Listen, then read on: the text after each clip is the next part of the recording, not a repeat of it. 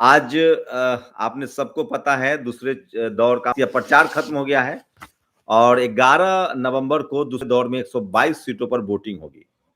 बिहार के चुनाव पर देश भर की नजर है, पूरे देश की नजर है क्योंकि बिहार का चुनाव बड़ा क्रूशियल है।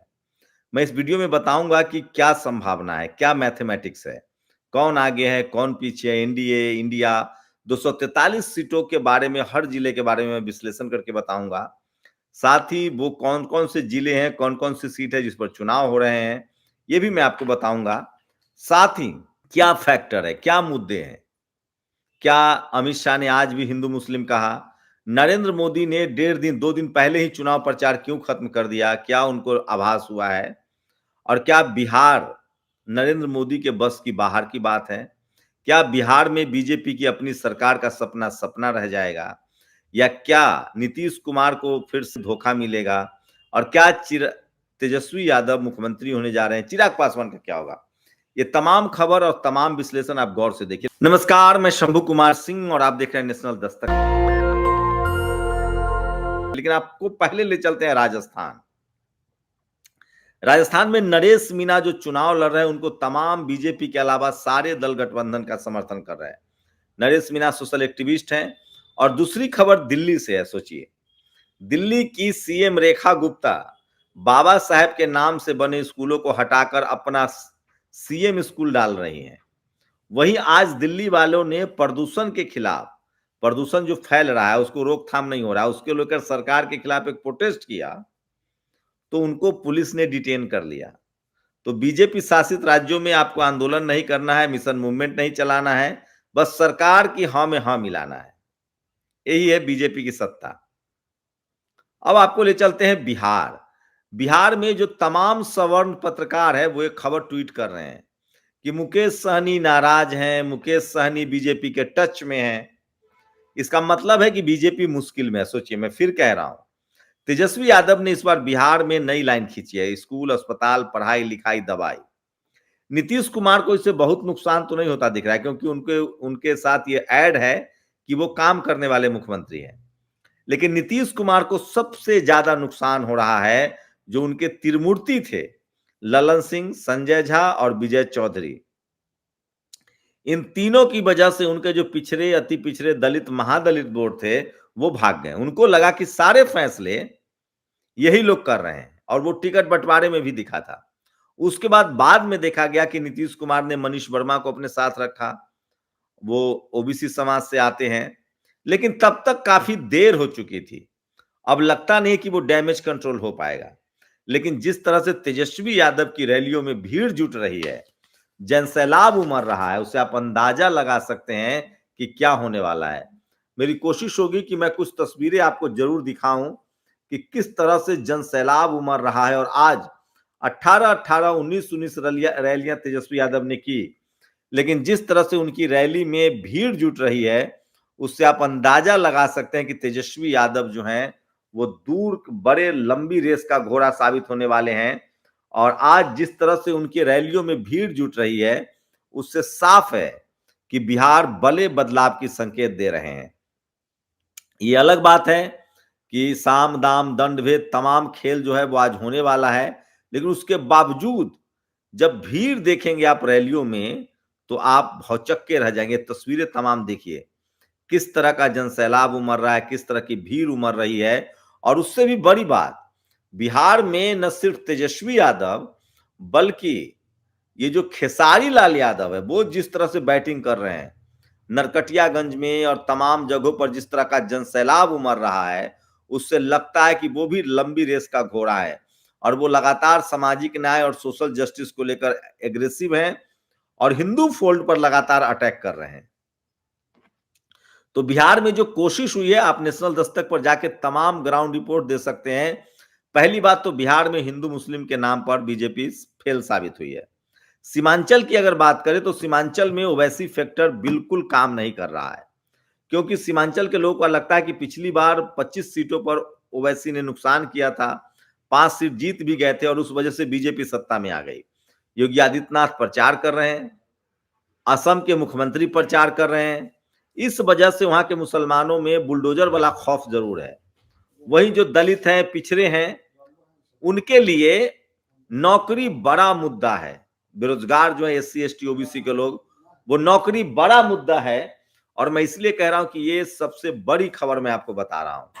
तो बिहार में हिंदू मुस्लिम बिल्कुल नहीं चल रहा है। बिहार में नौकरी जो है वो बड़ा मुद्दा है। एनडीए गठबंधन में सब कुछ कागज पर ठीक लग रहा है। एनडीए में कागज पर सब ठीक लग रहा है, लेकिन अंदर बहुत लड़ाई है। चिराग पासवान की नीतीश कुमार से लड़ाई है।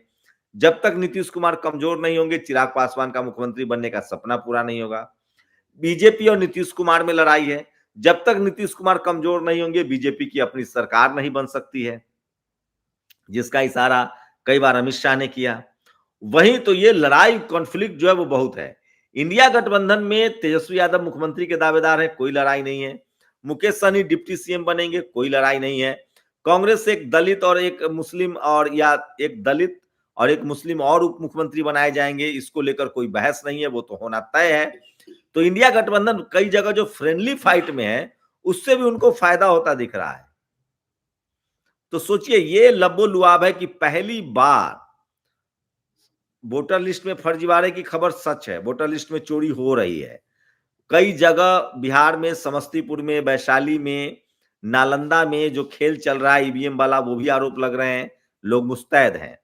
सराय रंजन विधानसभा जो है, जो विजय चौधरी का है, वहां पर जिस तरह से वीवीपैट की पर्चियां मिली है, वो सब संदेह पैदा करता है। सबको पता है कि वोटर लिस्ट में कितने फर्जीवाड़ा है। सबको पता है कि बीजेपी के पास एक 25 लाख की बड़ी टीम है, जो इस राज्य से उस राज्य, उस राज्य से उस राज्य जाके वोट करती है। इन तमाम खेलों के बावजूद अभी भी इंडिया गठबंधन के जो लोग हैं, वो पढ़ाई लिखाई, स्कूल, अस्पताल, दवाई को लेकर सैकड़ों मील आगे हैं। और सबसे बड़ी बात है, यादव और एकजुट हुए हैं। मोकामा की जो घटना हुई, जिस तरह से दुलारचंद यादव की हत्या कर दी गई, गाड़ी चढ़ाकर, गोली मारी गई, फिर गाड़ी चढ़ा दी गई, उससे यादव और समाज एकजुट हुआ है। मुस्लिम समाज और मुस्तैद हुआ है, क्योंकि वो वैसी फैक्टर, पतंग फैक्टर नहीं है। ऐसे में तेजस्वी यादव का जो कोर वोट बैंक है, वो कहीं नहीं जा रहा है। अब उनके साथ ऐड कौन कौन वोट हुआ है वो समझिए। कुशवाहा समाज ऐड हो रहा है, क्योंकि कुशवाहा समाज को आरजेडी ने टिकट दिया है। महतो जी की पत्नी को, अनिता महतो को टिकट मिला, उससे मंडल समाज के लोग खुश हैं। और जिस तरह से मोकामा में पीयूष मंडल, जो उनके जो दुलारचंद यादव जो उनकी मदद कर रहे थे, उनकी जब हत्या हुई है, तो वहां लोग एकजुट हो गए हैं और वो जेडीयू या बीजेपी के साथ नहीं जा रहे हैं। तीसरी बड़ी बात सोचिए, मल्लाह समाज, अभी लाख ट्वीट हो रहा है, सवन पत्रकार ट्वीट कर रहे हैं, उसके बावजूद मुकेश सहनी की तरफ से कोई ऑफिशियल खबर नहीं है, तो वो अति पिछड़ा वोट जा रहा है। अति पिछड़ा को तेजस्वी यादव ने टिकट भी अच्छा दिया है। सवर्ण को उन्होंने सिर्फ 15 टिकट दिए हैं। पिछड़ा, अति पिछड़ा को उन्होंने टिकट दिया है। उसके बाद तांती ततमा पूरा तरह से बड़ा मास्टर कार्ड, बड़ा मास्टर स्ट्रोक साबित हो रहा है। आईपी गुप्ता, उनका वोट ट्रांसफर हो रहा है। तो अति पिछड़ा में तेजस्वी यादव बड़ी सेंध लगाते हुए सफल हो रहे हैं। और ये जो फैक्टर है, ये बड़ा काम कर रहा है। मैं इसीलिए कह रहा हूं कि इस बार खेल तेजस्वी यादव ने पलट दिया है। और जिस तरह की भीड़ जुट रही है तेजस्वी यादव की रैली में, और प्रधानमंत्री मोदी ने कई दिन पहले ही मैदान छोड़ दिया। उन्होंने कहा कि भैया अब मैं शपथ ग्रहण में आऊंगा। 2 दिन पहले मोदी जी चुनाव प्रचार छोड़ दे, तो आप समझ सकते हैं बीजेपी के पास हिंदू मुस्लिम, मंदिर मस्जिद, घुसपैठिए के अलावा और कोई मुद्दा नहीं रहा, क्योंकि उनकी खुद की 20 साल से एनडीए की सरकार है। जंगल राज को लोग अब मानने के लिए तैयार नहीं है, जिस तरह से हालात हैं। नीतीश कुमार को लेकर यह तय है कि उनके खिलाफ बीजेपी के लोग काम कर रहे हैं, एलजेपी के लोग काम कर रहे हैं। तो नीतीश कुमार के लोग भी 100 सीटों पर बीजेपी के लिए तो काम नहीं कर रहे हैं, एलजेपी के लिए काम नहीं कर रहे हैं। तो अगर जो महिला वोट वाला मामला भी चला, तो नीतीश कुमार कुछ फायदे में रह सकते हैं।